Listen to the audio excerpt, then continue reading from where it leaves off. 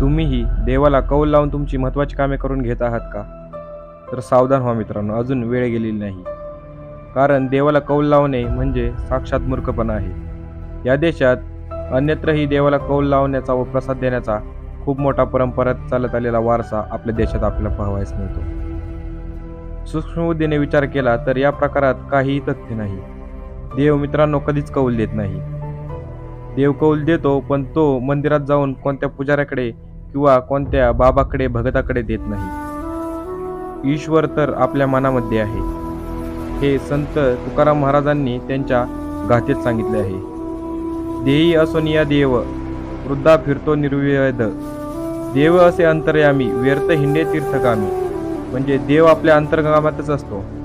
देव आपल्या अंतर्मनातच असतो. आपण विनाकारण त्या देवाला शोधत अख्ख्या जगात फिरत असतो. ते म्हणतात ना मित्रांनो, काखेत कळसन गावाला वळसा. देवाच्या बाबतीतही काहीच तसंच आहे.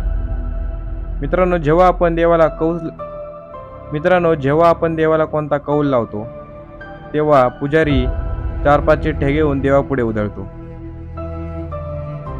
चिठ्ठ्या बनवणाराही माणूसच, चिठ्ठ्यांच्या घड्या करतो तोही माणूसच, देवासमोर चिठ्ठ्या टाकतो तोही माणूसच, चिठ्ठ्या उचलतो तोही माणूसच, आणि शेवटची चिठ्ठी जी उचलली जाईल त्या चिठ्ठीतला निर्णय देतो तोही माणूसच. मग हा कौल देवाने दिला असं कसं म्हणायचं आपण? मुख्यतः आपल्यावर जर घरात संकट येत असतील तर आपण शक्यतो देवाला कौल लावतो की माझ्यावरती ही संकट का येत आहेत. त्यावरती पुजारी किंवा बाबा भगत बुवा हा 6 चिठ्ठ्या बनवतो. 6 चिठ्ठ्या ह्या बहुतांशी खालीलप्रमाणे असतात. कुलदेवताचा नवस फेडला नाही, पहिली चिठ्ठी. दुसरी चिठ्ठी, मूळ पुरुषाचा कोप झाला आहे. तिसरी चिठ्ठी, नातेवाईकांनी किंवा शेजाऱ्यांनी करणी केली आहे. चौथी चिठ्ठी, मुंजाची पिशाच्य बाधा आहे. 5वी चिठ्ठी, मरून गेलेल्या बाळतिण्याचा भूतबाधा झालेली आहे. 6वी चिठ्ठी, कुलदेवताचा रोष झालेला आहे किंवा कुलदेवताचा कोप झालेला आहे. अशा प्रकारच्या मित्रांनो 6 चिठ्ठ्या असतात. ह्या 6 चिठ्ठ्यांमधील पुजारी कोणती एक चिठ्ठी काढतो आणि तो कौल देवाने दिला आहे असं आपल्याला सांगतो. पण मित्रांनो, मुळात यात तथ्यच नसतं. जर हा कौल खरंच देवाने दिला असेल तर दरवेळी कौल लावल्यावरती एकच चिठ्ठी निघाय पाहिजे असेल ना?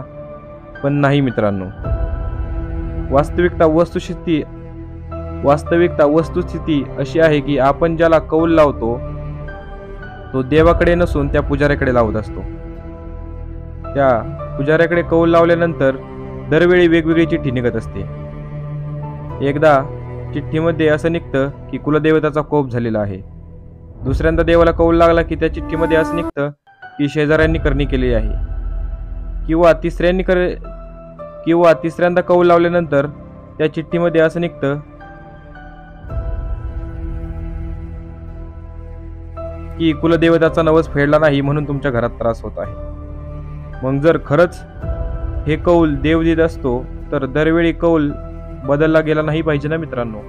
ही कुठेतरी विचार करण्याची गोष्ट आहे.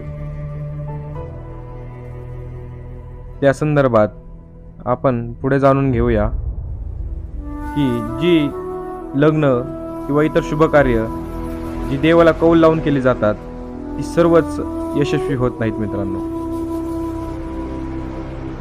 जर खरंच देव कौल देत असता तर ती सर्व लग्न कार्य जी देवाच्या साक्षीने आपण केलेली आहे ती सर्व यशस्वी व्हायला पाहिजे होती.